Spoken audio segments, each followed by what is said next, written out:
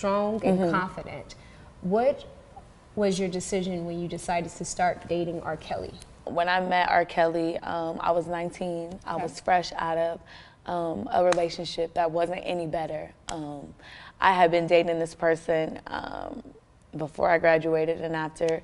So that relationship, that was really, I felt like when I met R. Kelly, I kind of was in the mode of recovery. So I just wanted to feel important. I wanted to feel like I mattered to somebody. My first relationship, this person had ran me over with their car, broke my foot. I had been stabbed behind this individual. So it was like, I really was not in a place where I shouldn't have been dating anybody. Wow. God bless her little heart. But we're gonna talk about it. So she didn't mention that person's name like she's mentioning R. Kelly's name. So it just make you wonder. Now, this person was really physical with her. And, I mean, whether it's a man or a woman she was dating, because the next clip she said him, but this clip here she said her.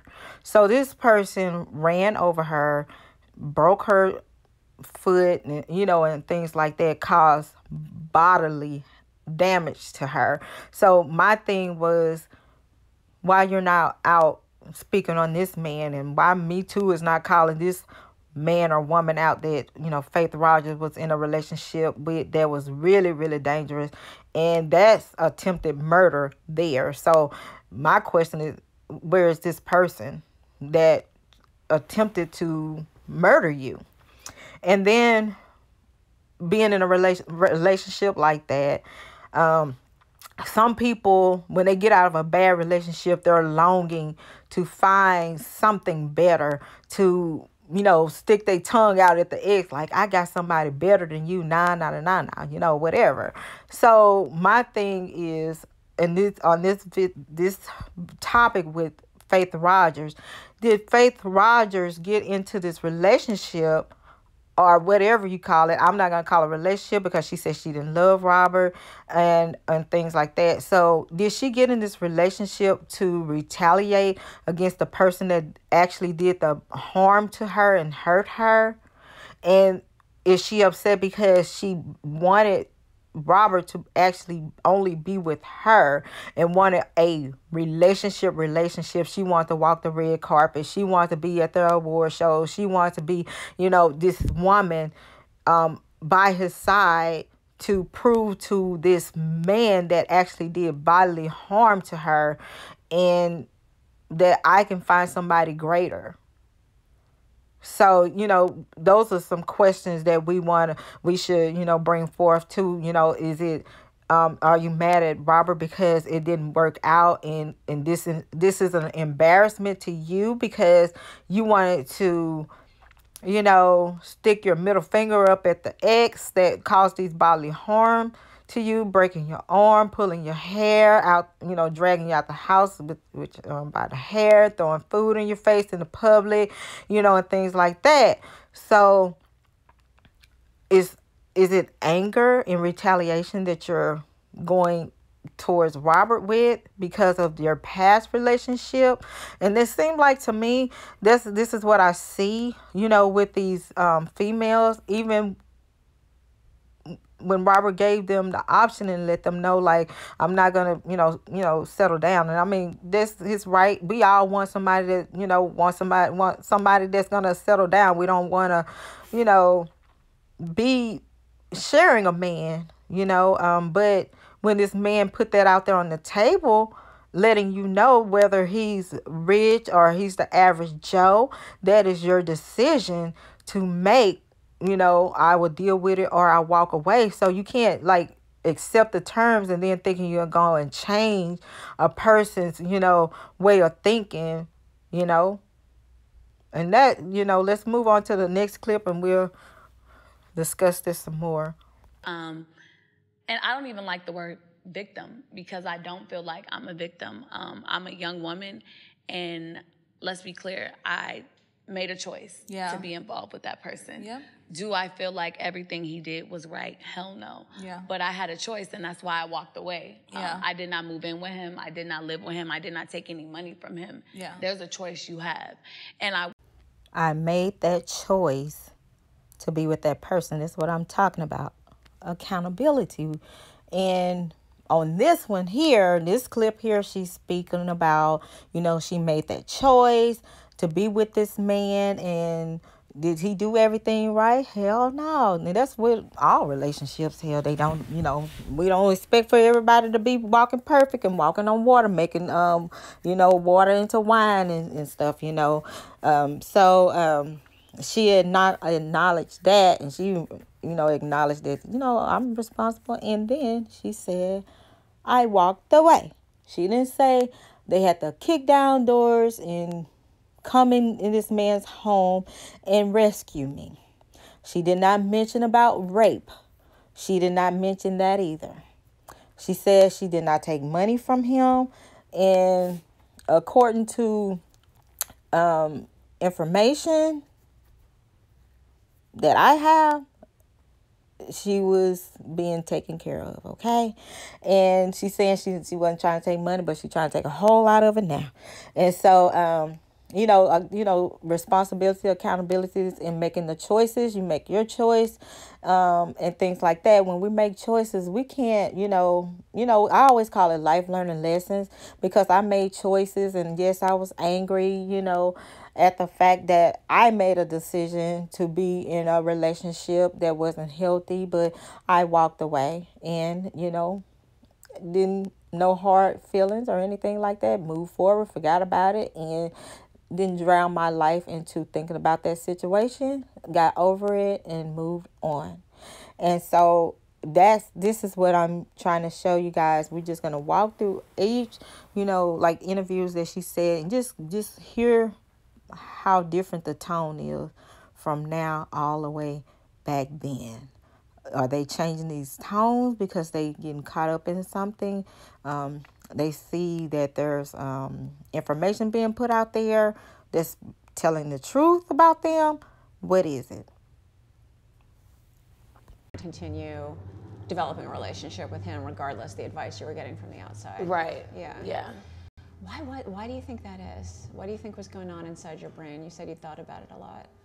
I feel like because this is a person that I only know through the media, what the media says. When you're in front of people and you talk to them and you get to be around them, sometimes you get a different side of them, the same way me and you have conversations that I've never had with anybody else, and there's things that people may think or know, but you don't know until you meet that person. Mm-hmm. So, and you were with him for a year? Right, roughly about a year. And did you live in the house with him? I did not. Okay. I don't understand why these women got on this mainstream media and press conferences and things like that, you know, speaking to the press, you know, giving this information as if they were in this man's home, bound down, locked down, chained down, in basements, locked. It was doors on the locks on the doors and chains on the doors, and they couldn't escape. And this woman wasn't even living with him. I'm just trying to understand it. During that year that you started to think, okay, I need to start to extricate myself out of this. I need to this isn't right. Or when did you start to have bad feelings about it?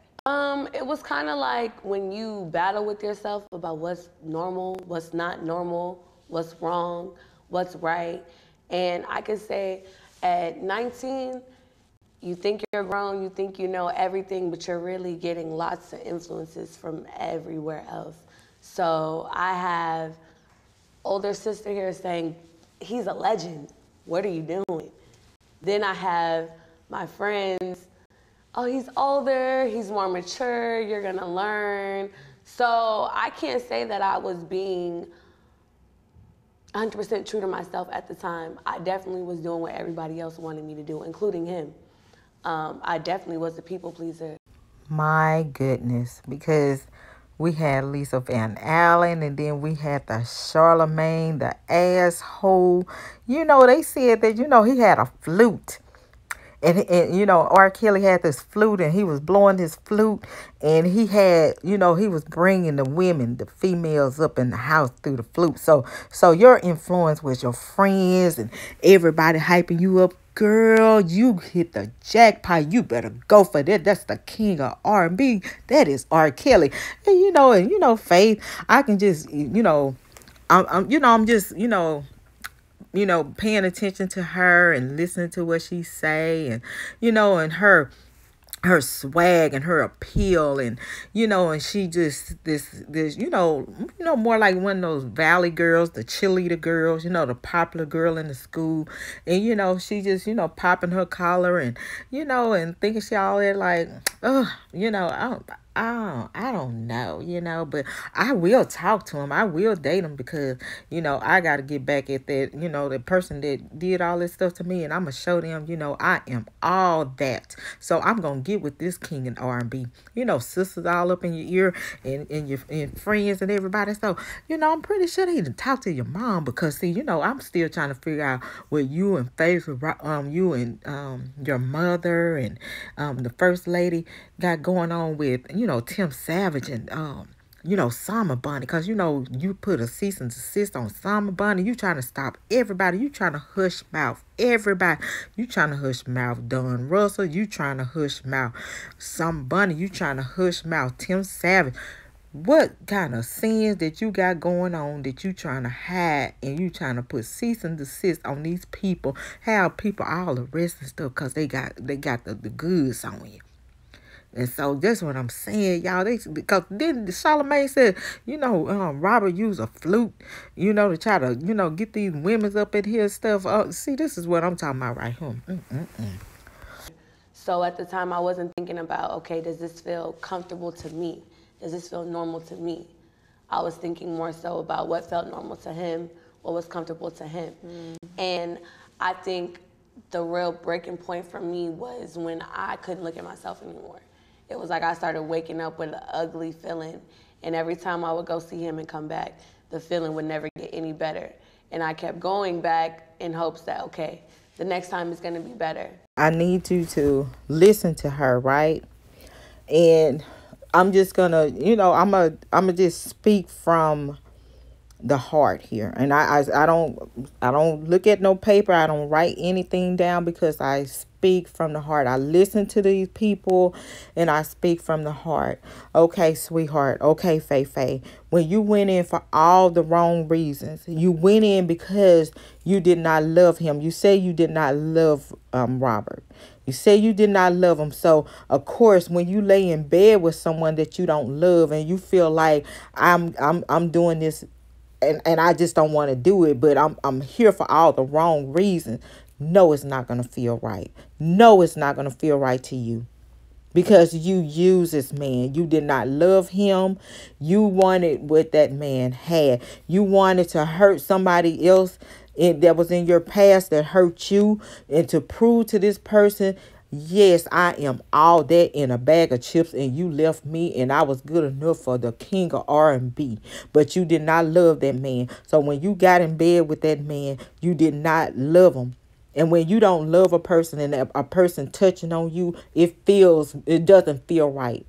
It feels disgusting to you. And you're forcing yourself in the bed. He didn't force you in the bed. You forced your own self in the bed with somebody that you did not love or care about at all. You did not care about him at all. And that's real talk. So we have Faith Rodgers saying that she kept going back. If you remember in her interview, she said her first encounter with Robert, she was raped. She said she was raped. It was disgusting.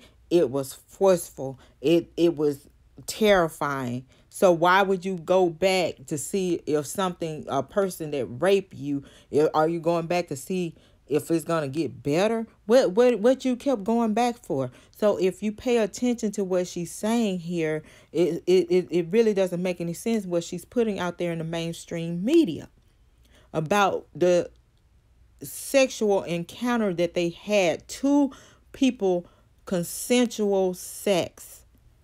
Consensual.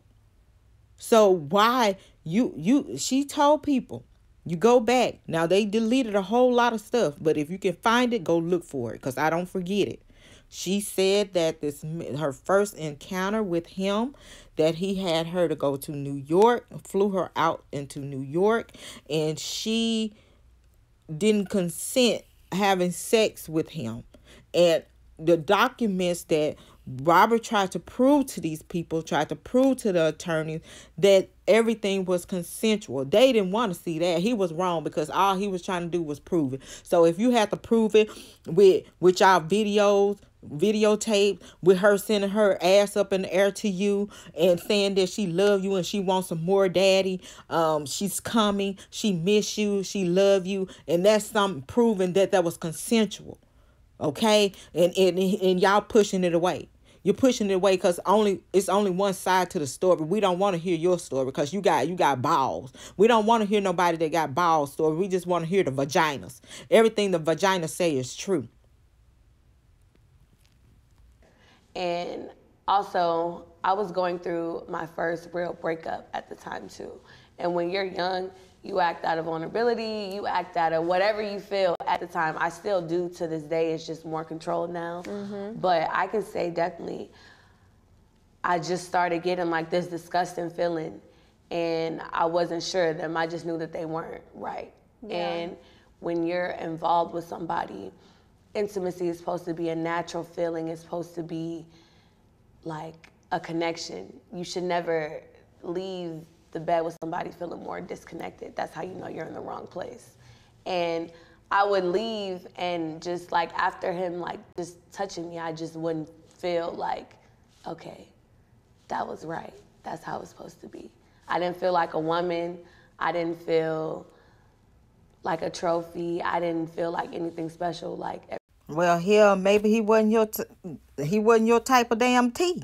You should have TYA. You should have went on, but you kept going back and forth, try to see what you could get out of him, because you and your friend Summer Bunni competing, messing with damn Offset's, Carly B's husbands, and every damn body, and y'all trying to damn compete. And hell, maybe he wasn't your damn flavor, but your ass tried to force your ass in that man's life, and you made his damn life a living damn hell because of something that your ass was trying to do. And that's not right at all. Now, that's my opinion. I don't give a lovely dovely what nobody say. 'Cause hearing these women talk and stuff, it doesn't make any sense. We got real victims out here, and we spend all this time and taxpayers' money on these damn women, these willing participants, these relationship merchants that's running around here for just wasting money for this and time. Everybody was telling me I was supposed to feel. Yeah. Or like he was telling me if I were to do this, then this would be better. If I were to act this way, it would be better. So I went through a lot of going. Well, hell, he wasn't using you. He wasn't using you. Hell, you was using that man. So you see, y'all hear this. So he was trying to make her comfortable in the bedroom. Maybe, you'll feel, this way if you do it this way. So there wasn't nobody forcing, because rapists don't give a damn how you feel. They ain't gonna take the time to try to tell you, coach you and tell you maybe if you do it this way, you'll probably feel a little better, or, this position, you'll do a little better. Rapists don't do that. And he was just trying to make sure that you were comfortable. Make sure that you was comfortable. You was acting stuck up in there with that, using that man, didn't want that man and stuff, and laying in the bed with him, didn't want to really lay in the bed with him. So that wasn't no rape. That probably was rape to you and your man. You feel like, I don't want this man. I just want his money. The hell with him. I don't want to do all this. And you should have just left that man alone. Left him alone. Back and forth with myself about how do people want me to be and how I'm supposed to be. Okay. Were you in love with him? No. Okay, but it was more like you were just sort of feeling like you ought to be there type thing. Kind of looking for validation, Yeah. I would say. See, now, didn't I tell y'all? She didn't love him. And you ain't going to feel no intimacy if you don't love a person. You're not gonna feel it. So like I said, she used Robert. She used him, and she talking about I was young and stuff like that. Hell, you got women in their 40s, 30s, 40s, and 50s doing the same thing you doing. Y'all, so but everybody want to try to stamp this young age on these women that know better to try to give them that validation. No, it was okay. It was okay for you to do it that way. It was him. Shame on him, cause he's in his 40s. He's in his 50s, so he know better. So you had every right to use him. I told you she didn't love him. She just wanted validation. Just be real with yourself. I wanted to show people, damn it, I got this damn star. I got this damn celebrity. And the hell with the man or the woman that ran over me and broke my damn foot, pulled me out the damn house by my hair and threw food on me. I showed him or her ass that I am special. But it didn't work because you used somebody in the process. I think it definitely in that time, I was in a really kind of confused state. At 19, at 18, I had my first real relationship. That was the most abusive, crazy relationship I ever had outside of being with R.Kelly. That was physical.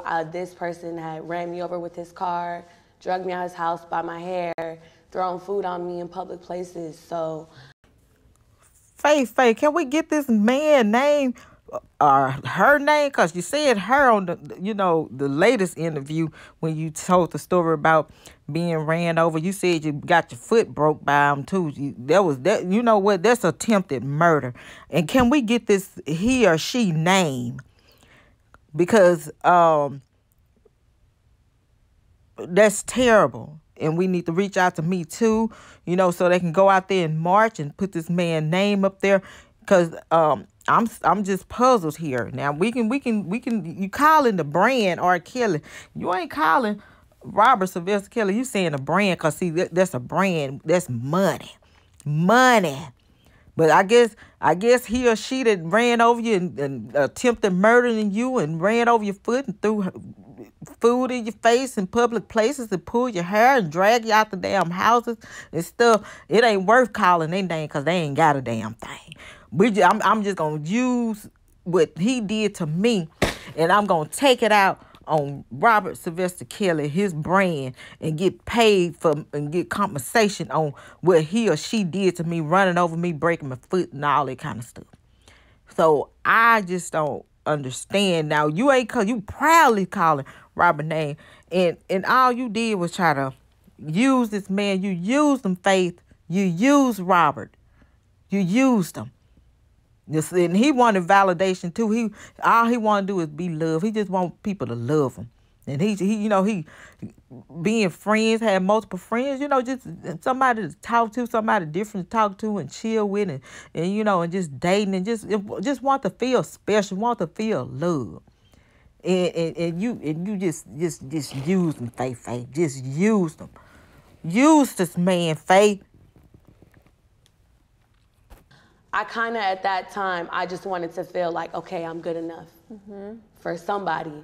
And if you're good enough for a legend, then who can deny you, right? Yeah. Lord have mercy, baby. You're a beautiful, brown-skinned female, woman of color. And you didn't have to use him for no valid. Just prove that I am the shit. You didn't have to do that. You didn't have to use him. I understand how you feeling on one end, but I don't understand why you did what you did. I don't understand why you used this man to prove to the world, to prove to your high school friends, to prove to the man or woman that did this domestic violence and did you bodily harm. I don't understand why you had to use a person to want to feel special. Even though you went through this trauma with this ex man or woman that ran over you and broke your foot and stuff, pulled your hair, threw food at you.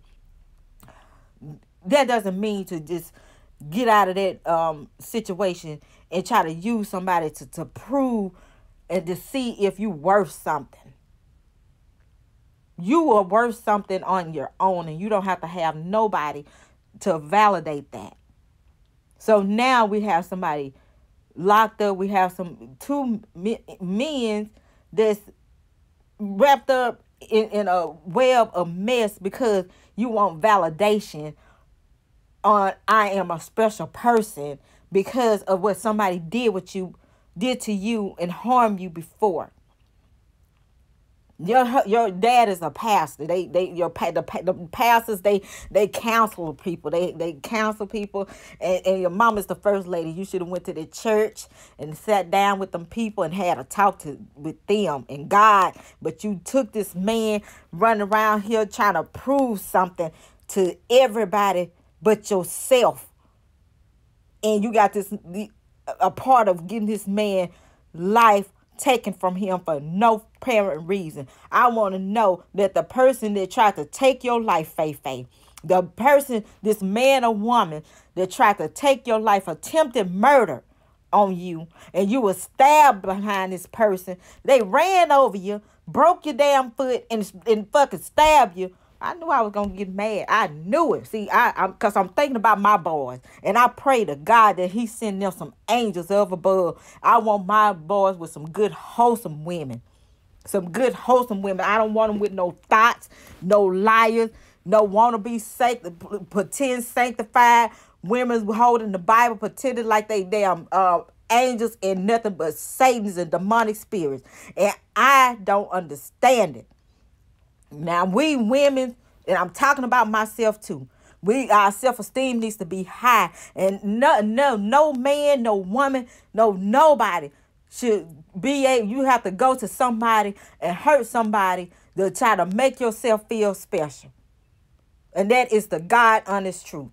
Now, y'all forgive me for cussing because I knew it, because I started thinking about my boys and stuff, y'all. I'm sorry. Strike that from the motion. I tried my best. I'm going to see how good I do down the rest of this video. Right. How did R.Kelly come into your life? I met R.Kelly at a concert. I went with my older sister. It wasn't even, a planned thing, random weekday. She's like, come to an R.Kelly show with me. I ended up going. We ended up meeting at the concert. We exchanged numbers backstage that night. And the second time you met him, it wasn't quite so innocent. Right. What did he do that made you concerned? Just, you really got to see how his controlling ways come out and the manipulation comes out when somebody's texting you, when they're calling you, and then when they're in front of you, and the vibe is completely different. So, in what ways would he control you and get you to do things you normally wouldn't want to do? So there will be times where me and him will just be talking and normal, and he's not always just this person that's so mean and so dark. He knows how to flip it, So there will be times where we're sitting here and he'll tell me, I'll be right back. He never comes back. And I'm calling, I'm texting, I'm ready to leave, and the doors are locked. You can't leave. So there was no way for me to just get out. And it's just, you'll be in the studio with him, and he'll be singing for you and playing the piano for you, and he'll disappear. And before you know it, 3 hours have gone by. You haven't used the bathroom. You haven't ate. When you sit in a situation like that and you're trying to make normal out of what's not normal, it doesn't add up. And, a lot of people say, okay, she was 19, she knew what she was doing. When you're 19, you're fresh out of high school. You graduate, you're 17, you're 18. You don't know everything. Yes, I thought I knew everything. I thought I was grown enough to get involved with the older man, not knowing there's repercussions behind the situation. So that's what I want to shed light on. It's not something that people sign up for. Did it seem cult-like when you were there? Were there other women who were going through the same juggling that you were, trying to figure out why they're even in this situation? So when I met him, that was before any of the news had got out about this harem or anything that he had, before parents were speaking out. I was already involved with him. So it was kind of already too late to go back. And I had never seen anything. So probably one of the last few times I saw him, that's when he finally admitted to me that there was a group of girls. And I saw his behavior with me, how controlling it was. So the fact that you have a whole bunch of women that you're doing this to, and you're admitting to me that you've trained them and you're raising these girls, and some of them have been with you for 5 years and 15 years. And it's like, what scared me was that had became his normal, and he was trying to make it normal to me. That's scary. Now, y'all just see how people just lie and twist up. Now, all these different women. Now, that's why I'm playing these clips. Everybody like, oh, everybody don't have the same story. Why the girls got the same story? Go back and look at what they said before. Go back and listen to what they said before, and you'll see that the story has changed to try to blend it in with these other ones. Now, she lied right there. There's a lie. She tried to make these people think that you was kidnapped and bound down and gagged up and things like that. I want everybody just listen to these words that she say. Don't miss not one word. One word could be crucial. Do not miss a word. She's trying to make these people out here in the mainstream, light, to think that they were gagged down, bound down, and things like that. She walked out. Every time you listen to her, I made that decision. That was my decision. I am grown. And then at the same time, she put, I was 19. And when you're 19, you have some women, teenagers, smarter than women that's in their 30s, in their 40s, in their 50s. Some women make, mistakes. We all have made mistakes. We all have made choices that we regret, once we get a little older. Maybe when you look back and as you grow and experience different things, you have to experience things in life to learn. Even when your parents can tell you about their experience, you're like, oh, okay, whatever. So you have to go out there and learn your own. And that's life learning lessons. But at the same time, I still feel that Faith Rodgers, in my opinion, used Robert. She used Robert. Now she's using the brand R.Kelly to get money. And then in the situation, you have these women. Now, I know a lot of them are feeling regrets. But then in their mind, there's now or never. This is your opportunity. You might not get this opportunity anymore to get money. This is your chance to get money. This opportunity is not going to come around anymore. So they're going to keep trailing with these lies just for the money. Nothing more but for the money. And I'm going to continue. I don't care. I'm going to continue to point out the lies from the truth, because this is not right. This is somebody's life that's in these potential jurors' hands. And so we got to point out these lies and let people know that this is a lie. I know a lot of people are upset with Tasha K, but when I watched the Jaguar interview, I saw nothing. I'm like, this lady is lying all over the place. And if people get mad because under the same breath, this person is saying that they're a victim, nobody's trying to knock this woman's situation, but the lies, and you pointing out the lies, then a person shouldn't get mad about that. They lie too. People lie. So, I mean, that's the thing, just pointing out the lies from the truth. They're not exempt for people to point out the lies for them just because they're claiming that they were hog-tied and stuff like that. But when you're lying about things and you're causing somebody to lose their life, we have every right to point out the lies, because somebody is being harmed in this situation. Multiple people, innocent people, are being harmed because of these these accusers' lies. They accusing someone of something, but they're twisting the story. So was there cult behavior? Absolutely. Having to use the bathroom, having to ask permission to eat. I can remember I walked into a hotel and they didn't even ask for my name. They knew who I was and they walked me up to my room. No hotel that I've ever been to has done that. So things like that, definitely red flags. Okay. See, this is what I'm saying. Okay, now they're trying to say cult behavior. This is a man that's dating. I'm dating. And, you know, there are some women, they don't mind being around the other women that he's dating. They didn't mind, you know, just being with Robert, you know. Like, I'll be with him. I don't care if he got another friend he's dating. I'll be with him too. And if that woman, you know, wanna be with us, she can be with us. And if you look at the society, if you just look at the world today, they try to make it, some make it sinister. And like I said, what people's lives, that's their lives. Whatever they do in their lives, that's their business. So you have, when you look at all these reality shows and just look and see what things are, what people doing, you know, multiple boyfriends, multiple girlfriends, and I'll just say call it dating, because, you know, if you're in a relationship, you know, I wouldn't call that person well, you probably can. I don't know. Shoot, whatever. But anyway, anywho, you see these people, you know, dating, you know, multiple groups of people, and they all go out, you know, together. They go out to eat and things like that. So now with Robert, because he's a man of color, it's a cult-like situation. But, you know, with the Bunny Man, I call him the Bunny Man. I'll get his name in a minute.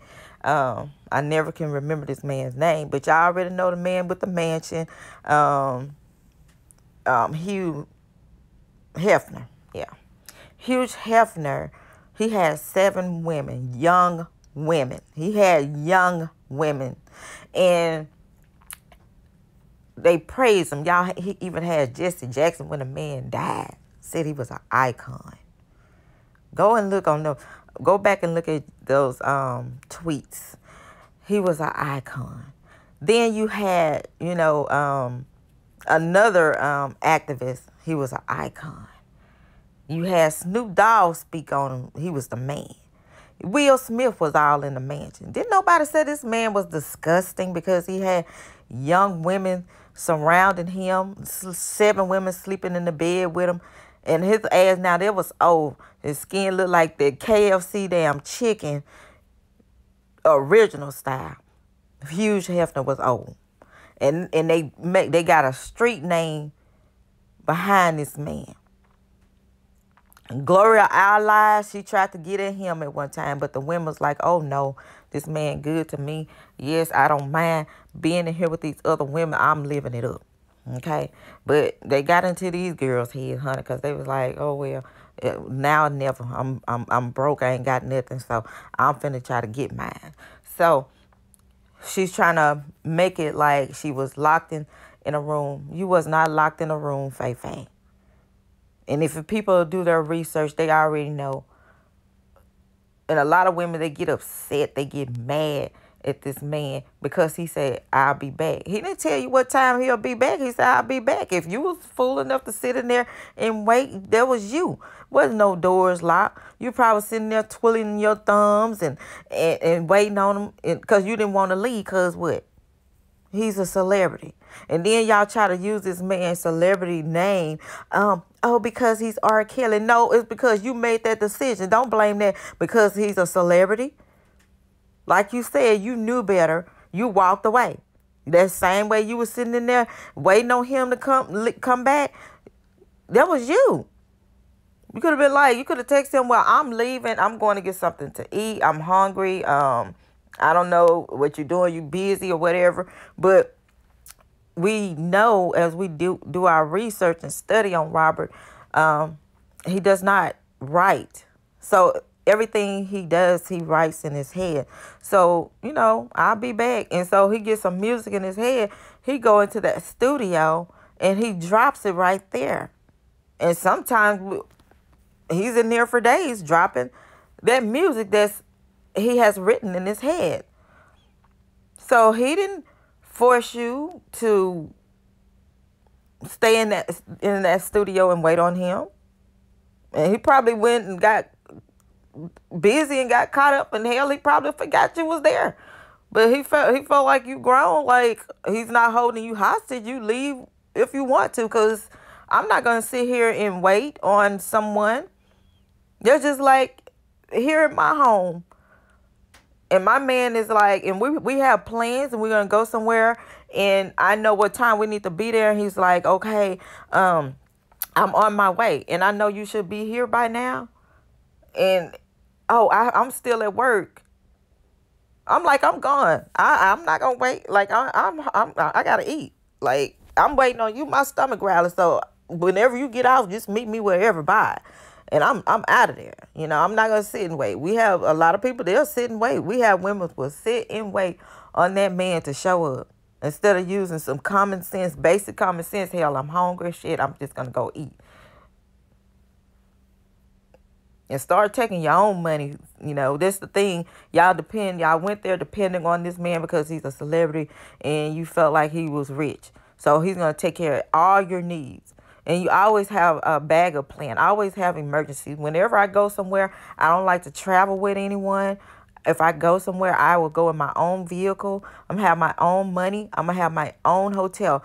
I don't want to ride with a person because she might want to go this place and I might want to go that place. I might be ready to go and she's not ready to leave. I might be ready to I might want to stay and she want to go. So, you know, those type of things. And I don't want to depend on person's like fundings because we never know what might happen. You know, we might even get into it and I'm stuck there with nothing. So you ladies, even men, like have your own, backup plan, have an emergency plan for whatever situation, even when you go somewhere on a date. Always be prepared to pay for your own things. Always have your own ride. I'll meet you there. Always be prepared, for those things. And at that time, I was 16 years old thinking that way. So, age, yeah, we got some people more mature than others, whether they be, teenage women or older, mature women, It's just that person in their thinking and their knowledge. How did you finally break free from R.Kelly? I ask because obviously other women he's raising, as you said, Right. haven't been able to. It's definitely a process, and I don't think that people get, it's not something you just walk away from because you've already been manipulated. It's like, for me, and I can't speak on everybody else, but I know for me, the hardest part was accepting what I had gone through, acknowledging it's wrong. But where I went wrong is I thought that I could talk to him. I thought that I could change him. I thought that I could maybe make him see something different in me. And you're no different. He's not going to look at you any different because this is what he's done for years. So what makes you so special? So for me, I really had to look inside of myself and think back to the way my parents have raised me. I have no business dealing with somebody 3 times my age. That's something I shouldn't have did. And really, not only was I ashamed, though, it kind of was just like this man had already had recordings of me. He knew where I lived. He had already, implanted so much fear in my heart. I'm not going to, I had no thought about crossing him, about leaving him. It more was just like, okay, what are you going to do for you? It wasn't more so about him. It was about me. And I think some people are scared. I was scared, but I walked away just because I wanted no parts of it. When I walked away. And presented with opportunities to help people. Why did you decide to take Faith's case? Well, Faith is definitely a young woman who has courage. And her motives are... I can tell you what I think Faith Rodgers' motives are. Just looking at all the stuff that I see in front of me, listening to her interviews, how things changed. And her motives were to get with this celebrity.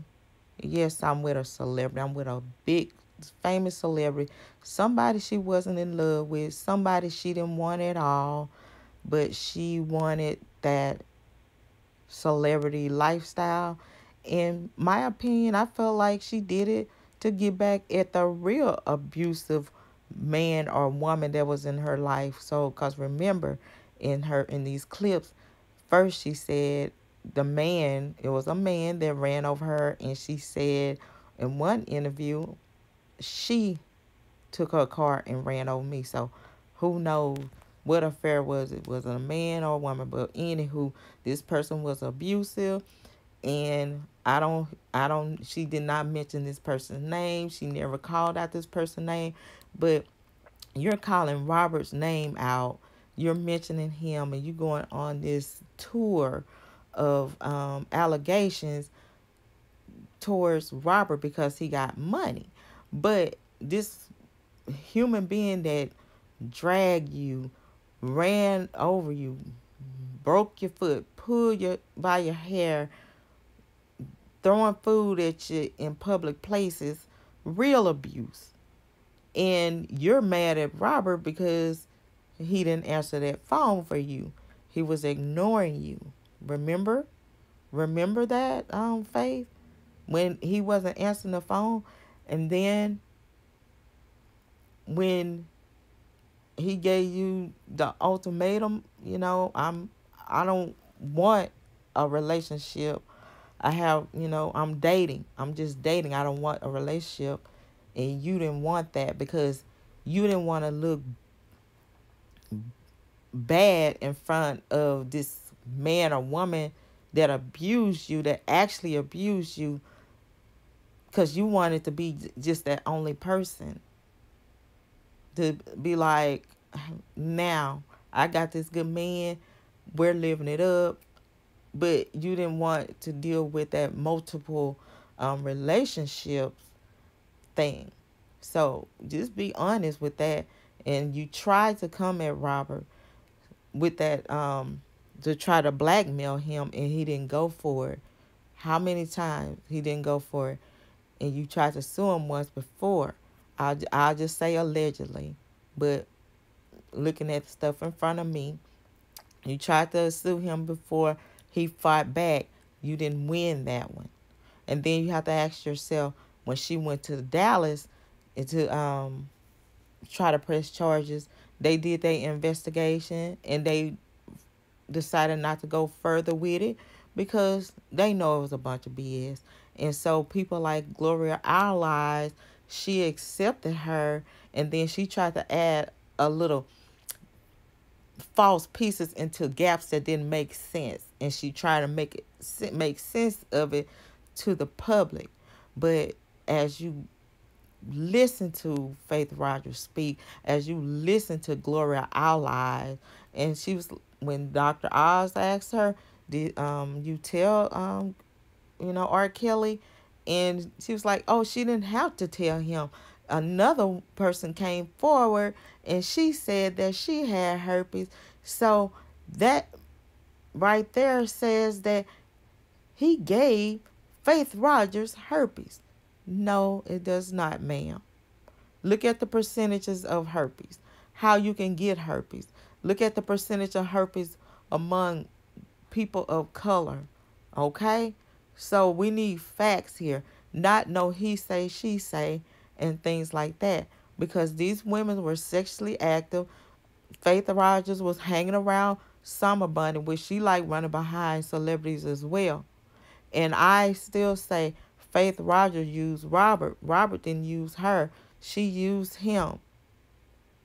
She said she didn't love Robert. She said she didn't love him.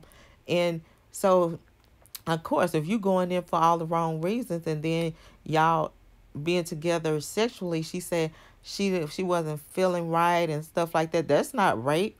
That's not rape because you decided to lay down with somebody you didn't have feelings for, but you wanted to use this man. So you use him. So it's backwards. This is backwards. Y'all got this all backwards. Faith Rodgers used Robert. So she's into it with Summer Bunni. So Why did she rush and do put a gag order on Summer Bunni? Why did she do that? Why? What she don't want us to know? Okay. He knew that he had herpes. This is R.Kelly. Yes, and that he gave that to her he did not disclose to her that he had it, that he knew that he had it. And that is something that is very dangerous. And that is why it's important to know that it is a violation of public health law in New York to have a sexually transmitted disease and not tell your sexual partner that you have it. All right, just to reiterate, Faith has filed a lawsuit against R. Kelly claiming that he knowingly gave her an incurable sexually transmitted infection, an STD. Yes. At what point did you realize that you had been infected? After I left. You were already gone. Yes. And did you have any inkling that he was infected? Had that been talked about among the women there? Had he ever intuited that? No. And I now represent another young woman who alleges that she was underage when Mr. Kelly involved himself in sexual intercourse with her, and that he gave her herpes. This is prior to his ever being involved with Faith. So that's one of the reasons that in the lawsuit it is alleged that he knew that he had herpes because some years earlier he had given it to someone else. And she had told him that she'd gotten the illness, I gather. That's how he would know? Well, whether or not she told him, she alleges that he would have known, Faith alleges he would have known if, in fact, he had it and gave it to someone else. So, you know, this is going to be a very interesting and important part of the lawsuit. Many people don't know. They have legal rights against someone who gives them a sexually transmitted disease, herpes or anyone else, if that person knew or should have known that they had that disease and failed to disclose it. That's why one of the causes of action, Dr. Oz, in the lawsuit is, it's called fraud, fraudulent concealment. If you don't make that representation or misrepresent your health condition to your sexual partner, you could be sued. Potentially, it would be a crime as well. When you found out that you'd been infected, who did you tell? What did you do? So my mom was the first person I told, and Mom, this is what I've been doing for the past 11 months. So everything, I had to come clean. We sat my dad down. I told my dad. Of course, they weren't happy. You know, it's why, Faith? You know, we taught you better. I knew better, and I knew better because I felt like, okay, this is not somebody that I could even bring home, you know? Yeah. So to sit down and admit to your father and look your father in the eye and tell him that you have laid down with somebody you had no business being with, that's probably one of the most embarrassing feelings. I had to go in and I wanted to speak on this individual clip on its own, what she said. I was with him for 11 months. And so y'all keep 11 months in your head. Okay, I was with him for 11 months. And I knew better. I laid down with him. I was embarrassed to take him home. Right? So, remember 11 months. But let me go at what she said. I laid down with him. I knew better. And I was embarrassed to take him home. So, were you ashamed of Robert? Because usually when a person in love with somebody, they don't care. You're both adults, two adults, no matter the age. When you're in love with someone and you care about them, you'll be happy to bring them home to Mama and Papa. Because, see, Mama and Papa is going to get to know that person. And Mama and Papa, you know, they're going to feel their way and stuff, but they see you happy and he's making you happy. You know, they're going to, you know, embrace him, you know, with open arms. But you was ashamed of him for the simple fact you didn't want him.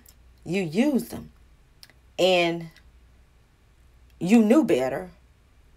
You say you laid down with him You didn't say he forced you and raped you. Now, in other interviews, you saying this man lock you in rooms and force you and rape you. But you saying that you knew better. You laid down with him. But you, on the same breath, you was like ashamed. So you're saying you're ashamed of him, but you wasn't ashamed of the money and things like that. And and you know, this is no victim shame, because I'm not ashamed. I'm not shaming a victim. I'm shaming someone that used the person, because she remind me of somebody that I know. She really does. Faith reminds me of someone that I know. A lady, she used this man. He was an older guy. And he took care of her kids, paid big babysitters, took her all to these lavish, on these lavish trips and things, and she enjoyed that. And he was an older guy. But she didn't want him. She didn't want his love. She didn't want him. She wanted what he can give her. And I kid you guys not. And this is true. This is very, very true. And she was like, I can't let him touch me. Oh, he feel like he's my dad, like my dad's touching me. I'm like, but everything else is good, huh? She started laughing like, yes, he's taking good care of us, but I don't want him touching me. And these women use these men, and then like, when they lay in bed with them, they feel disgusted, but they're going to label it as rape, and this man forcing them to have sex with them because they don't have that love for that person. So there's no intimacy in the love. The man thinking you love, and then you feeling out uncomfortable, and he's trying to make you comfortable and try to tell you, okay, let's try it this way, or let's try it this way. Usually rapists are not going to try to tell you to let's try it this way and that way. Faith, they just going to do what they got to do and go about their business. Like in some of your interviews, you said he tried to manipulate me by saying, well, let's just try it this way, let's try it that way. No, he was trying to make it comfortable for you because you did not like him. You was just like this person I know. This nice man, nice older guy, very intelligent. He had this and that. And then she actually took him from a wife. This young woman took this man from his wife because he had a great lifestyle. And that's all she wanted. She didn't want him. She wanted the lifestyle. Can I put my doctor's hat on for 1 second? I have not seen your medical records, but I am curious what your doctors are advising for you. So they have some medication out there. I'm not really taking it. I take care of myself by eating right, keeping my stress down. And a lot of people have asked me, or actually, I've had a lot of people who share the same disease as me, who have given me tips, who have, done things that have helped me to where, I can live a normal life. Which that's why I can come on here and put my face next to this ugly STD and say it's okay, But she's also, that's fantastic of her. I just want to say, she did take a test prior to, the lawsuit alleges, prior to being involved with Mr. Kelly, and she was clean. She had no STD. Why would you have taken a test? I can tell you why I took the test. I was on birth control, the depot shot. Everybody knows you go every 3 months. If you're going to a right doctor, they're going to check you for STDs, for pregnancy. So every 3 months, I was getting tested. All right, let's get into the legal issues a tiny bit. What are the next steps for R.Kelly? You brought legal action against him. There's a lawsuit pending on behalf of Faith against Mr. Kelly. He's going to have to answer it. If he doesn't answer it, then it's possible to take his default, assuming he's properly served. And I think he should answer it. And I let him put forth all of his defenses, if he has any. We have yet to see them. So in the meantime, you have been getting other notes from him. And this is a letter that you said that you've received from R.Kelly's legal team threatening retaliation against Faith. And I gather you've seen this note. Right. So may I read it to the audience? Yes. Just a bit of it. It says in part, please advise Ms. Rodgers, Faith, your client, to abandon this heartless effort to try to destroy my musical legacy for selfish personal enrichment. If she persists in court action, she will be subjected to public opinion during the discovery process. If Ms. Rodgers really cares about her own reputation, she should cease her participation and organization with the organizers of this negative campaign. Well, sometimes when you go back and do a little more digging and, and trying to see things, more and more, things come in your head. I'm wondering about her buddy, Summer Bunni. Summer Bunni and Faith Rodgers were good friends. She was living with the Rodgers, and she made this statement about, these R.Kelly H's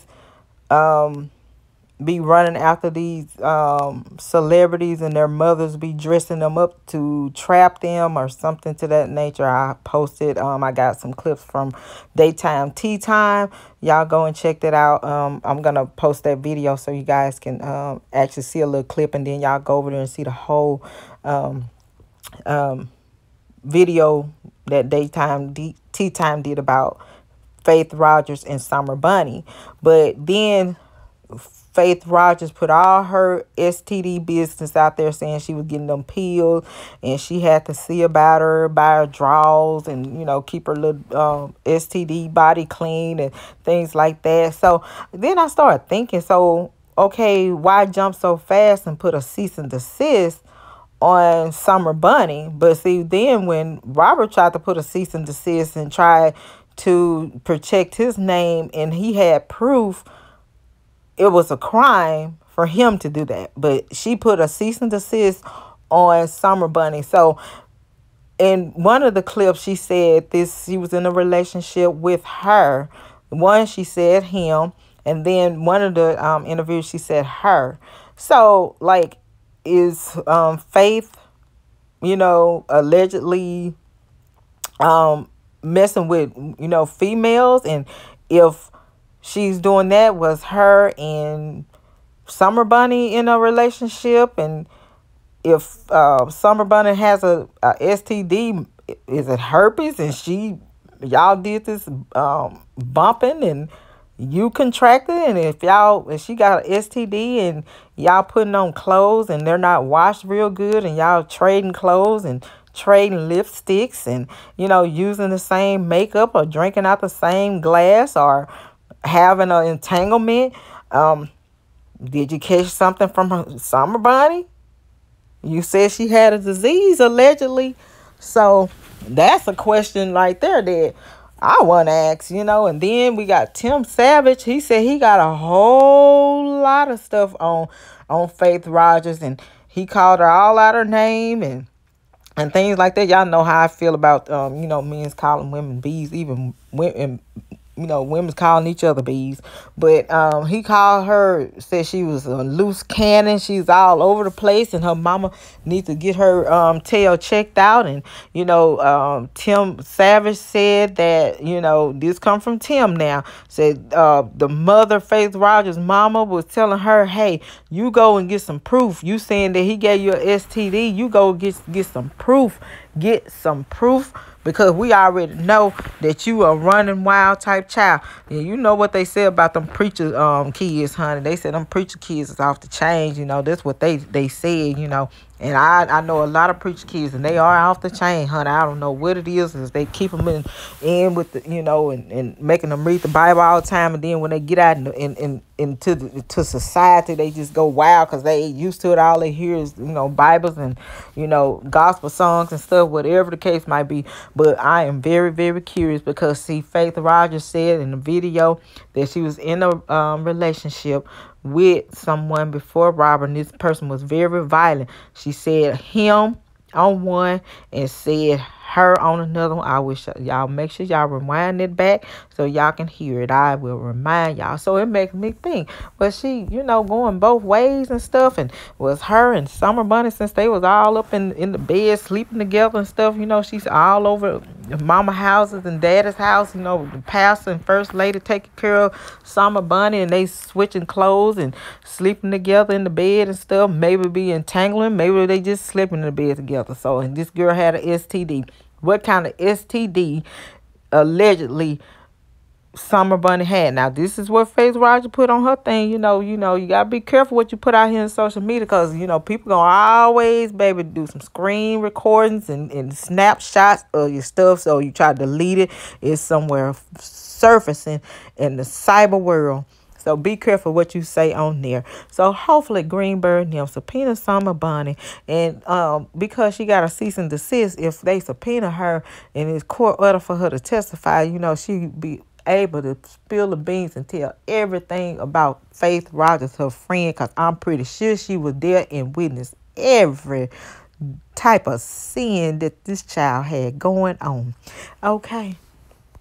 In the notarized letter to a lawyer representing Rodgers, which she says also contained compromising photos of her, Kelly allegedly wrote, if she persists in court action, she will be subjected to public opinion, and demanded Rodgers provide test results proving the origin of her STD claim. The letter also said Kelly would request 10 personal male witnesses testifying about Rodgers' sex life. It just validates the monster that he is. That's what it does. I realize that's his defense. But his defense is only revealing his true colors. Kelly's attorney told us the letter is a fake, saying R.Kelly can't read, write, or type. He didn't send any letter. We have evidence that Mr. Kelly has engaged in efforts to intimidate and retaliate against Faith Rodgers. Oh, okay. Faith Rodgers. Now, if I went to school for finance and accounting, so let me see if I can do my math real quick. Okay, Faith alleged that her and Robert were together for 11 months. She said she get tested every 3 months. Every 3 months for, STDs and different things like that. So she gets tested every 3 months. She was with him for 11. So she took 3 tests in the relationship when she was with Robert, allegedly, that she was with Robert. And looking and listening at her statements and her interviews, she said she met him at a concert, and she said that her first encounter with Robert was in Long Island. I wonder why they decided Long Island. If you pay attention to Gloria All Lies, she's saying alleged on the statement. So remember this: when Gloria All Lies sat with Faith Rodgers, she was not her attorney. You remember her attorney was the lady that had an indictment. So the day that they had to go to court and meet up with Robert and his legal team, she had to go and see about her demons at another court, and she was found guilty of her charges, scheming and scamming and tax fraud and all that kind of stuff, and covering up taxes and, different things like that, yada, yada. So, Faith Rodgers also had a male attorney before this black attorney. So it makes you wonder why people dropping her like hot potatoes, why this attorney left her alone. Okay, so you might need to wonder about that, because what she's saying, the story probably not adding up, and he probably like, I don't want no parts of it. And allegedly, from what I'm hearing, that Gloria All Lies is not representing Faith them anymore. I'm not sure.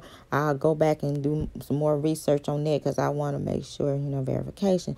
But let's get back to this situation with these herpes and stuff. So she said that Dr. Oz asked her about the doctor, and she never mentioned saying, oh, well, I went to the doctor and he prescribed me these pills, but I decided not to take them. People gave me some recipes, to stop the outbreaks and stuff by eating, grass and leaves and, and things like that, and some plants and flowers and stuff like that, and then rubbing some, some oatmeal and stuff on my skin and stuff so that'll cure me.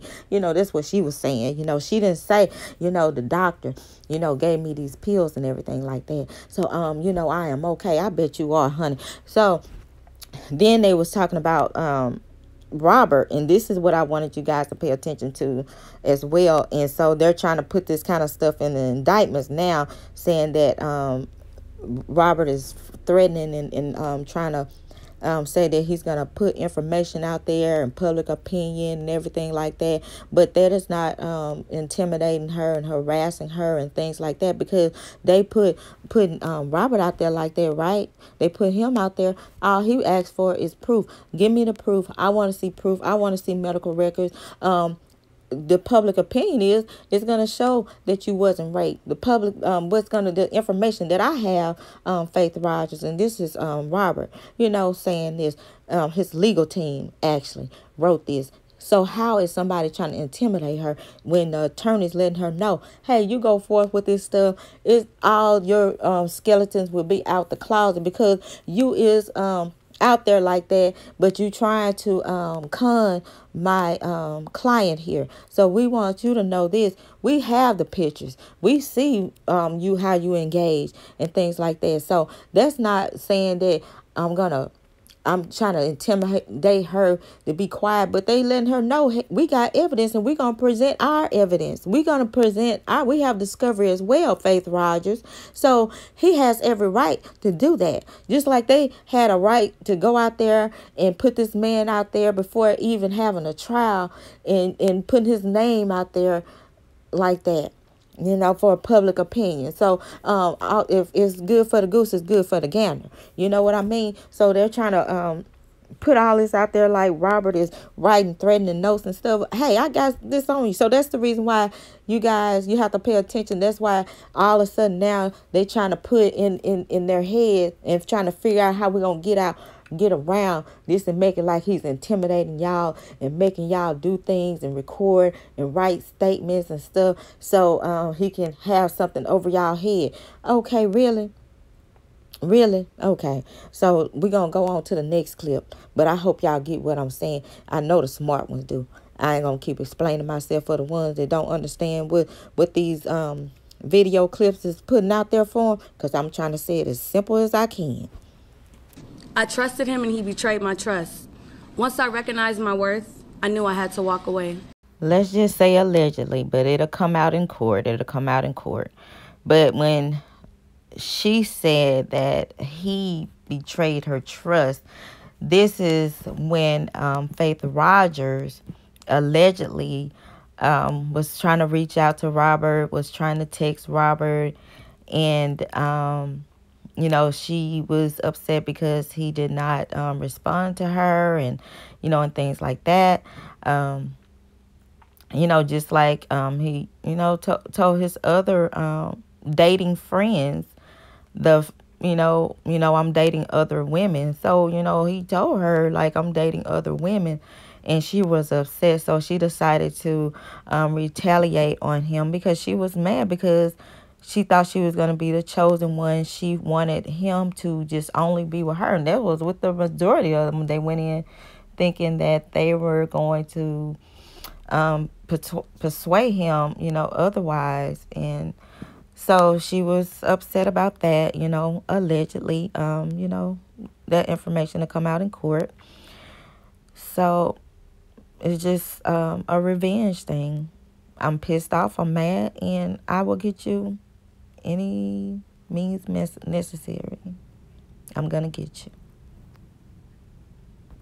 Embarrassed, violated, confused, because the person that entered the bedroom wasn't the person that I was texting. he became a different person. Says R.Kelly recorded their non-consensual sex, kept her locked up in rooms, and even gave her herpes. Kelly in San Antonio at a concert backstage. It was March of 2017. Rodgers says R.Kelly gave her his phone number. There were calls and text messages for 2 months, and then an invitation to come to one of his concerts here in New York. In the beginning, the conversations, they were really friendly. That all changed once Rodgers arrived in New York. She says after that show, Kelly invited her to a hotel room in Suffolk County, Long Island. That was our first time having a sexual encounter. First, you went to the Dallas police station, and you said the encounter happened and when he came to visit in Dallas. So when they did their investigation, and then they didn't find any wrongful doing, and I'm pretty sure they was listening just like I'm listening to every word that you're saying here. And so from there, you decide, okay, New York is I'm pretty sure they put in your ear probably Mr. Lee as well, until he found out some things. We'll talk about that further on in this video. But, they pushed the issue into New York because New York is more strict and their rules are more, and their laws are kind of, very, very strange. So hopefully we work on New York and changing these laws for the better of humankind. But you're saying you had an encounter with him in Dallas, and then so I'm pretty sure somebody put in your ear, no, you need to say the first encounter was in New York or whatever, so you can win this case. So you're all over the place trying to find a way to sue him. Document shows that you tried to sue him once before and you lost that lawsuit. So now, okay, I'm going to come out public. I'm going to show him something. I'm going to come out public and, they'll believe me. We got this Me Too era and they'll believe any and everything that we say. Even if they know it's a lie, they just going to push it anyway. So you need to make up your mind. Was it Dallas or was it New York? Rodgers filed this lawsuit against Kelly last month, claiming that night in May of 2017, the singer initiated non-permissive, painful, and abusive sex after she told him she wasn't ready. Everything is directed, it's scripted. I was critiqued the whole time. He was like, here's my number, take it, text me a picture of you so I know it's you with your name. 20-year-old Faith Rodgers says in March of last year, she met R.Kelly in San Antonio at a party after his concert. He was older than me, and that was a red flag, I need to know which one was it. Did you meet him after the concert in the backstage, or did you meet him at an after party? And for you to say it was a red flag because of his age, why did you pursue going on to date him? If you felt like it was a red flag because he was trying to talk to you or you was trying to push on to him and y'all had a conversation and you felt like he was too old for you, why did you move on? What was your agenda? For you had an agenda to say it's a red flag, but you decided to go ahead and try to have a relationship with this man. That's the question on that one. He turns on all the lights and he's like, take off your clothes. And he says it, with authority in his voice, not just, he's demanding me to do this. And I didn't take off my clothes because why would I? Just wasn't ready. Sex isn't something, I'm ready for it. According to Rodgers, she ultimately submitted to having sex and alleges Kelly recorded it on his iPad without her consent. Did you want to have sex with him? No. He has this type of intimidation right off the bat, So I was just waiting for it to be over. What happens after that? What sort of conversation did you guys have? He comes over and he starts rubbing the side of my face. And he asked me how old I was. And I told him. And he's like, if you're really, 16, that you can tell daddy, right? And he was like, you just look about 14, 15, or 16. Rodgers, who was 19 at the time. Did he rip off your clothes? Did he pull a knife on you? Did he pull a gun on you? Did he grab you and choke you and force you? You said you didn't. You tell this lady that you didn't take off your clothes because, see, you trying to sit there and be this little innocent angel. Oh, no, I didn't sleep with him.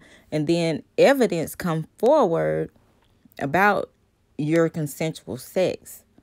So then you tell these people, because, you know, they was doing a little digging as well. So then you tell these people, I just gave in. Sound like the women with Harvey Weinstein, like, he's rich, so I just gave in because he's rich, or I have my agenda. And then I will tell you about parties, the after parties with artists. An after party with the artist, you can get in at the age of 18, but you have to be 21 to drink.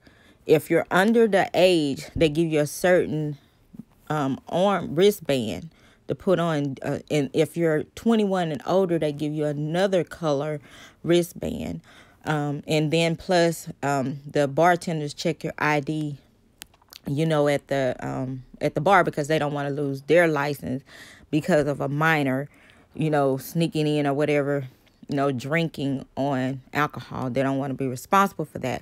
So on that note, this is what, you know, responsible parties do, you know, after parties that I experienced, you know, being a promoter, after parties, that's what they do.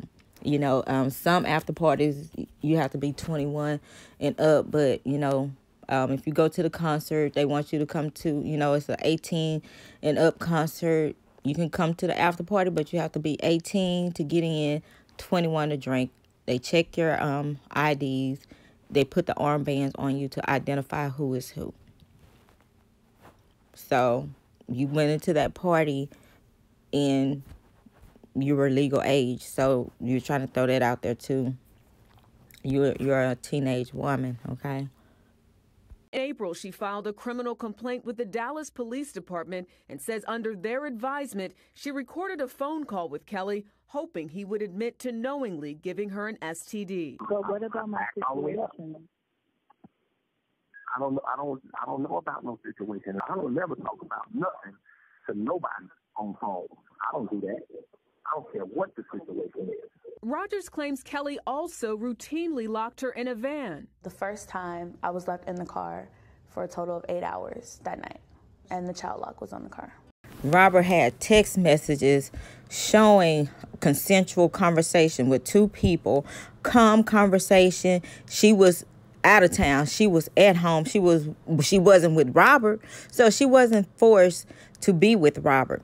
These text messages shows that she was trying to manipulate him and trying to, you know, baby this and baby that. He's calling her baby. She's calling him daddy. So what's wrong with that? You know, people call their man Poppy, and some call their women, you know, give them a name, you know, and stuff like that. So what is the harm of the word daddy? Someone calling a person daddy, you know, I have a father, but if I want to choose to call my man daddy, that's my choice. There's not a sinister. It doesn't make it a sin to call your man daddy. I have a father. So if I want to call my man daddy, then that's what it is.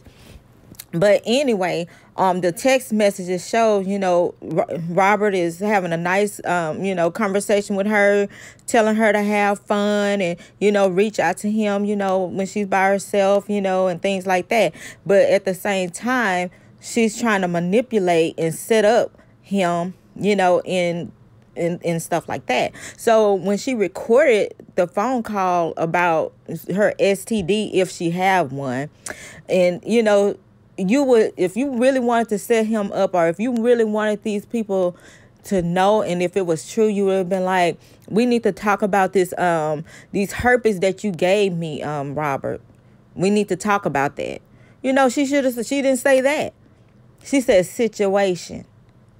We need to talk about the situation, you know, trying to make a conversation to be something that it really wasn't. And so I wouldn't blame him because, you know, she tried to manipulate. And then, you know, also, again, Robert had all kinds of proof in his phone, all kinds of conversational proof with Faith Rodgers and everybody else. So my thought is that's the reason why they arrested Don Russell, because they want to try to get rid of all the evidence that Robert can use to show proof to clear himself, and to prove his innocence. And so I wonder, what did they tell you? What did the attorneys tell you to delete out your phone and stuff? So they saw that Don Russell, Robert, and his attorneys see all this information that's proven his innocence and the consensual sex, and she's videoing herself and sending videos to him. He didn't ask for those videos. She's willing to do that because she's trying to tease him. And then it's showing them caressing each other and things like that. Nothing forceful. She's with a picture next to him smiling. She's sending him pictures of her boobies, her new boobies, and things like that. Consensual stuff. But trying to make this a sinister thing, because at the end of the day, she didn't get what she wanted out of the deal. She didn't get what she wanted out of the situation. So is this what we're going to continue to do with people's lives? Is because of a person, they decide to lay down and have sex with a person. They're not married to that person. This man is dating different women, and you're not getting what you want. So is this what we're going to start doing? Allowing these women to say things and manipulate things and to make it something sinister, and it's not. And that's not fair to Robert. That's not fair to innocent people that's trying to help him in this fight. And that is the reason, you guys, that they tried to do what they doing to Don Russell, because they're trying to keep him quiet. They're trying to keep him quiet in this situation. They're trying to keep him quiet. They're trying to grab every phone that Don Russell has, and anybody else that's involved with this case with proof to show Robert's innocent. They're grabbing all his devices, grabbing Robert's devices, and this is the same thing that the DA and the feds are doing with R.Kelly. My opinion, put her in the home, and you kept her in the home. So if y'all saying that this man is a dangerous man that can do harm to these women, you kept an informant in his home in the Trump Tower. Why? Because y'all had her to go in, manipulate, add stuff to his phone. I showed you guys before how easy it is to grab somebody's phone, text something to your phone, delete it out their phone. And so these people getting his devices and clearing things that can prove his innocence. And that's the reason why they're trying to manipulate the situation with Robert's friends and people that has evidence to show. And so once Don came on the scene and he's showing this information, it was no witness intimidation. We don't know a Jane Doe. We don't know a witness, because there are Jane Does, and the witnesses are alphabets and numbers. Okay, all this stuff was typed up by attorneys, legal things. Robert did everything legally to show proof that this girl is lying. So if there was intimidation or a threat to anybody, why would the attorney send this information to another attorney? This stuff was sent into the attorney, showing the consensual, showing that this woman wasn't living with him, but she came back on her own. If this man was such an abusive person to her, she was at home with her mother and father, okay, in the safety of their home. Why go back? Because everything had an agenda: money, money, money. And with these prosecutors, with these feds, and to say that Azriel is a accuser, right? Saying she's an accuser, she's one of the Jane Does, but you leave her in a home with somebody that y'all claim that has done damage to her, that abused her and things like that, but y'all put her in that situation, right? Because y'all know this man is not like that. Y'all know he didn't abuse these women, and y'all allow her to stay in there. So if it was a dangerous situation, he was the mafia that will do any kind of harm and try to blow up people's houses and stuff, interrogate somebody, kill somebody, strangling them, beat the hell out of them. You placed her in that man's home. So people need to ask that question. About him that kept you going back? It's not like all the time he was just, this devious person. There's been times where he's, crying and he's telling me, about his children, about his ex-wife, comparing himself to Michael Jackson and how, how the media destroyed him, and he felt like that's what was going on in his life. Lee Merritt is Rodgers' attorney. Lee Merritt was Faith Rodgers' first attorney. And I'm very curious why he's still not representing her. And maybe because if you recall this incident with this state trooper and this female that you're looking at on the screen here, the state trooper stopped her from, because she wasn't driving right, and she was outraged. She was upset because she was arrested. So she said that this state trooper wrongfully touched her in a inappropriate way, sexual advances towards her and things like that. So Lee took on the case. Lee tried to sue. Lee went out in public and bashed this man's name to find out that he didn't do any of that. She lied. She lied on the state trooper, and the body cam actually showed this guy was being very, very, very professional. He even did things for her that he really didn't have to do. He allowed her to get out the car and speak to a friend or family member, whoever it is. He allowed her to, he went and got her purse so she can get her wallet, her phone, and get numbers to call people. And he didn't touch her no form or fashion when he put the seatbelt on. Actually, when he was putting the seatbelt on her, he pulled it all the way out towards the front seat and then went curved like to keep from touching her any type of way. And so once again, this is what I'm saying here. She jumped. She was upset and she tried to use her, female, being a female, I'm going to use that to destroy this man. And thank God that he was allowed to show evidence, unlike Robert. They're trying to lead all his stuff, trying to take every evidence, and they won't accept anything that Robert is trying to put forth, and he did it the legal way. And they tried to say that he was intimidating the witness because she did her thing on camera, consensual. She filmed things on her phone and sent to him. He didn't force her, and and stuff like that. But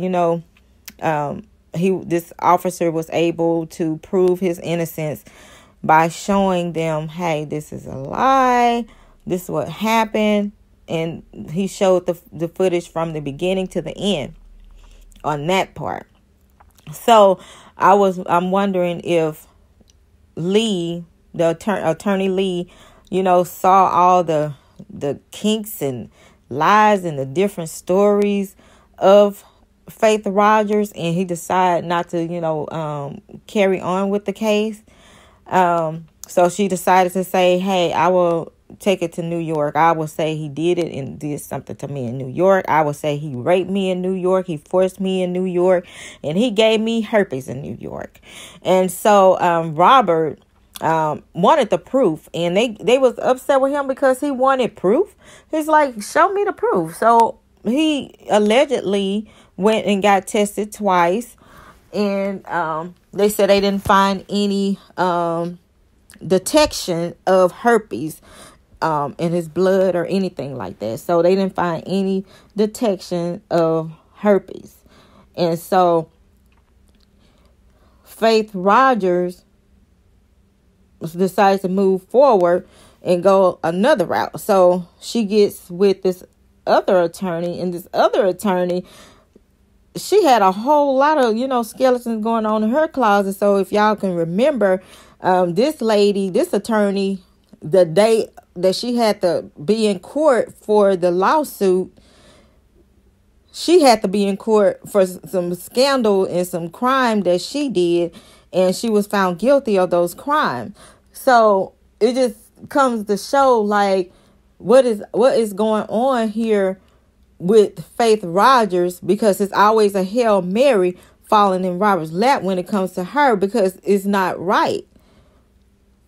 So Faith and all these different attorneys, I'm still trying to get information. I'm trying to call, Lee. I'm trying to see if he'll, give me a little information. I'm pretty sure he won't, though. But I did reach out to Mr. Lee so I can get some information on why you're no longer Faith attorney here.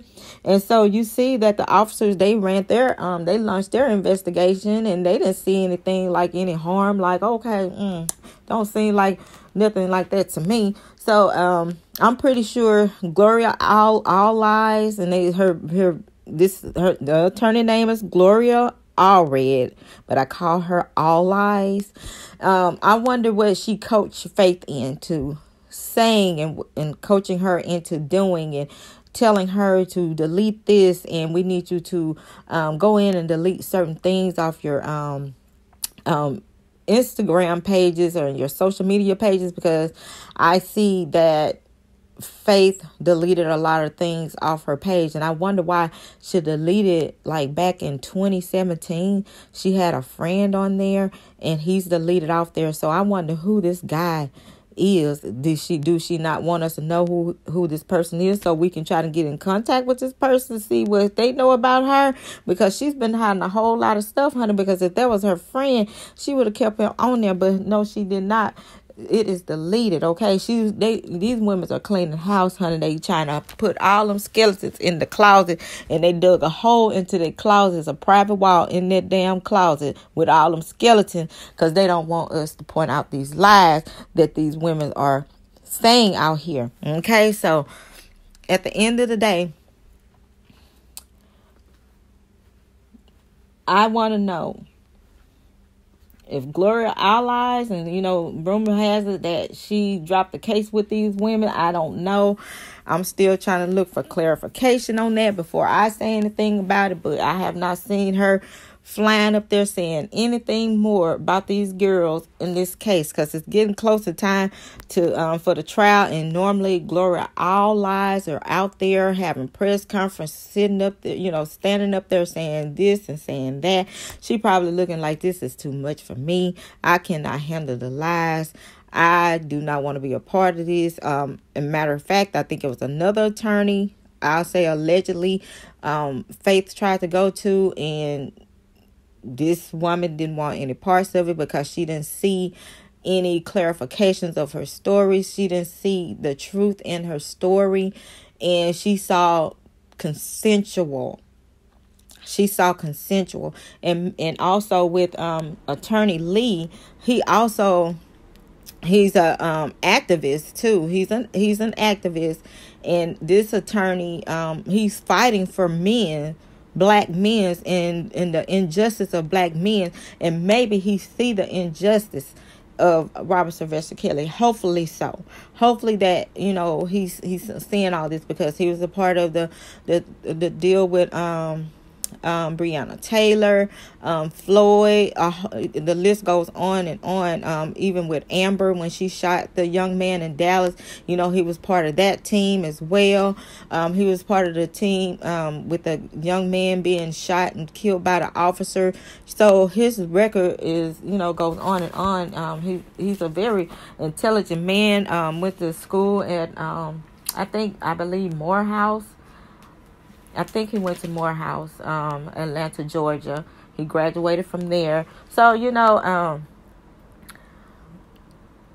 some people see things, and some people have, morals and values and things, and they're not going to just let this money get to them. They're going to make a decision. What's more important here, the money or a innocent man that was involved with a woman, and it was consensual sex. So, you guys, that's it for the attorneys. But you can go online and you can look at the rest of this clip here, showing all the lies that this woman did. It just didn't make any sense. The man was so nice and stuff, letting her speak to everybody that she needs to speak to. He, even told her to put on some shoes, and he pulled out all the alcohol on her. But I'm mad. And so it's a Me Too world, and we can have our way, and we can say whatever we gotta say, and they will believe us. And immediately this attorney had to go back and apologize for what this lady said. He took her word,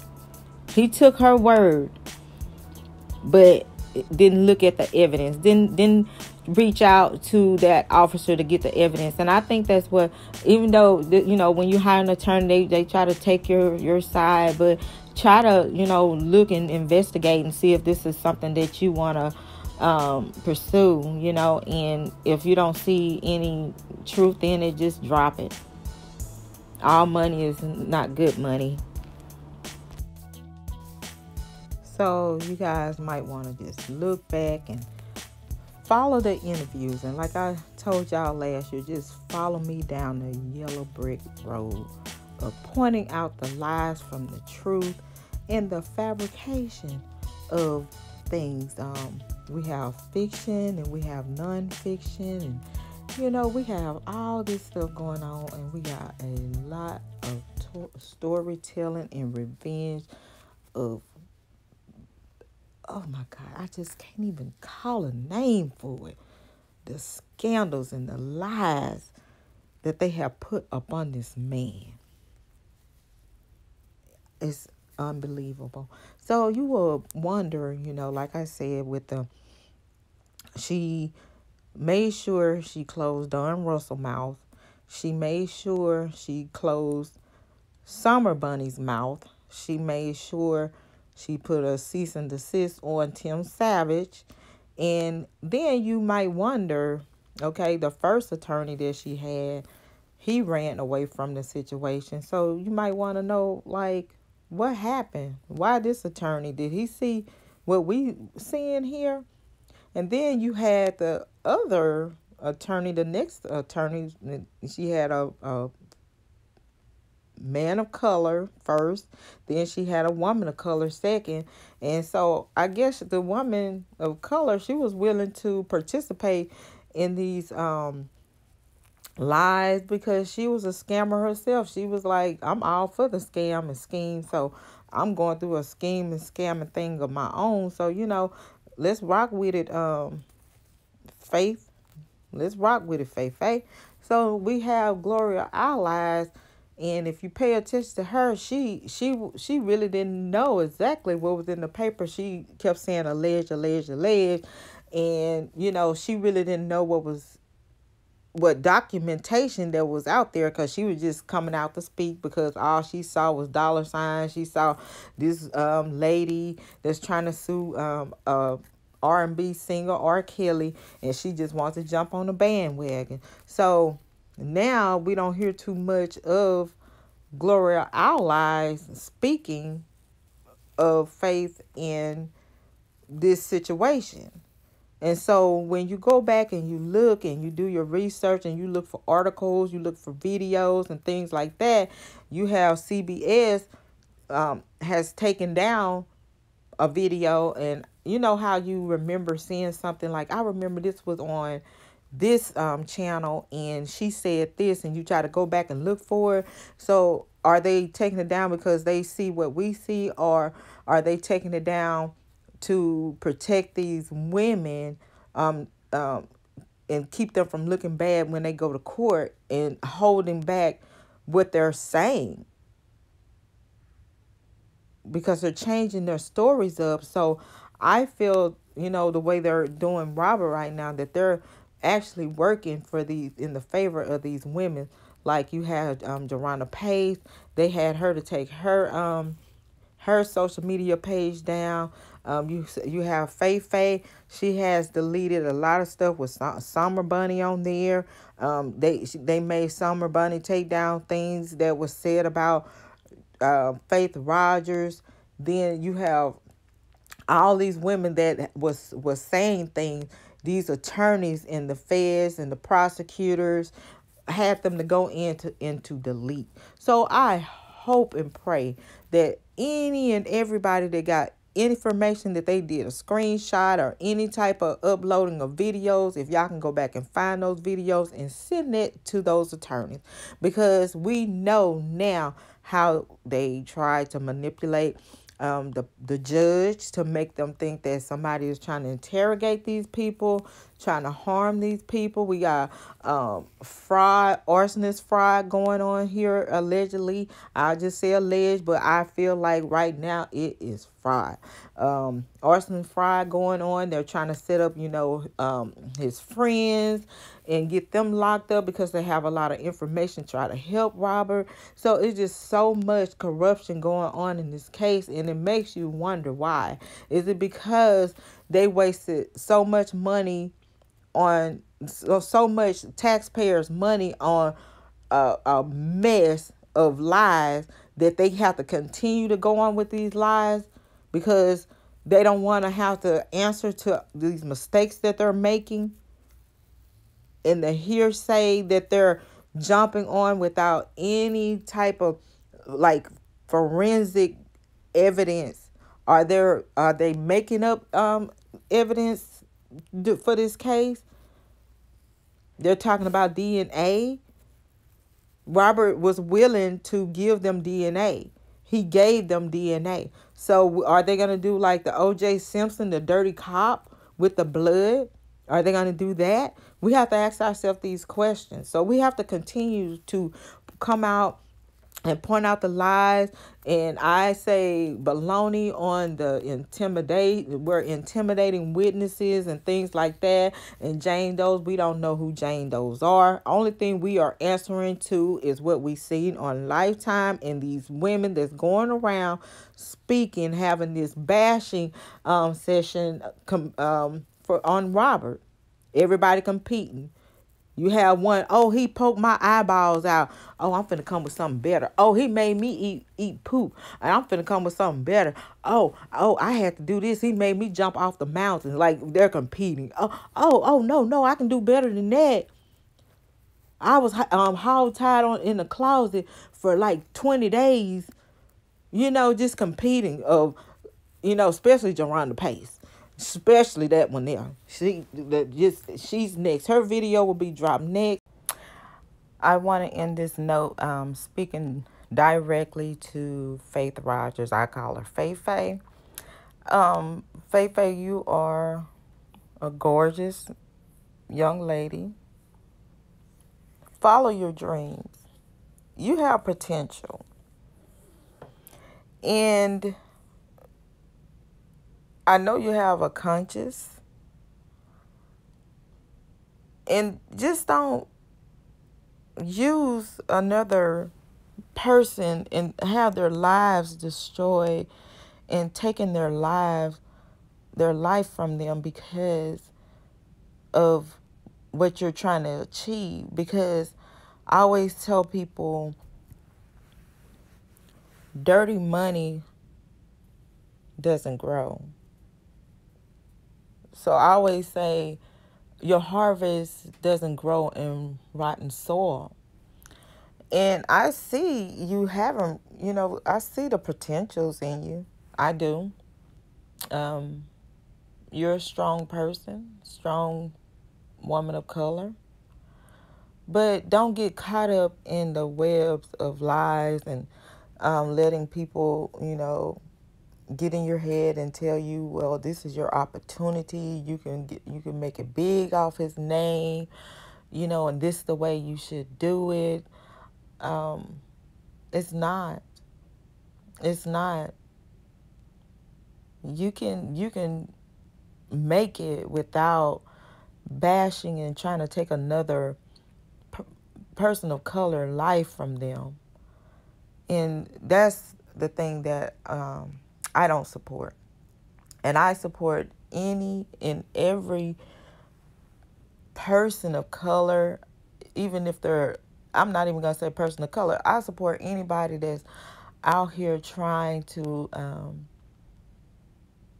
follow their dreams and work on their goals, but not doing it in a way where it's going to hurt somebody else and using other people to do it.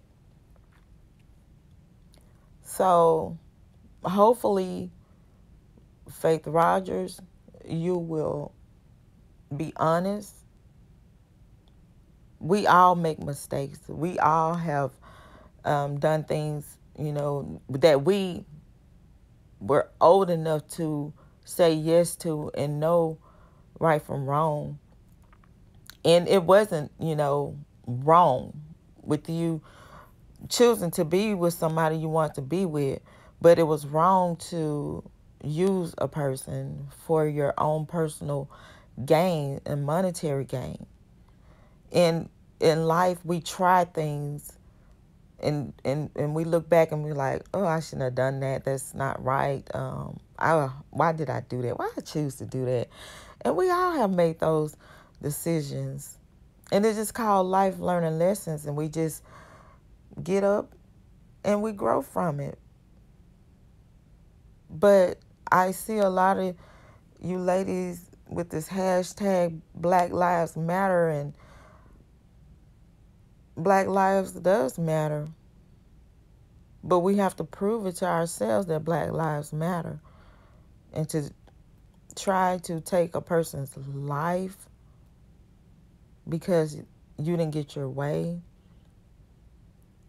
You went in thinking one thing and imagining that you can do this and that. And that's what all men or women, when they get in a relationship, they accept the terms, but go in thinking that I am the person that I can change it. I accept the terms, but I'm going to go in and I'm going to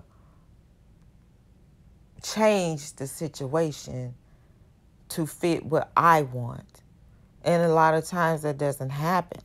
So that's why you have to look for someone that's compatible with you.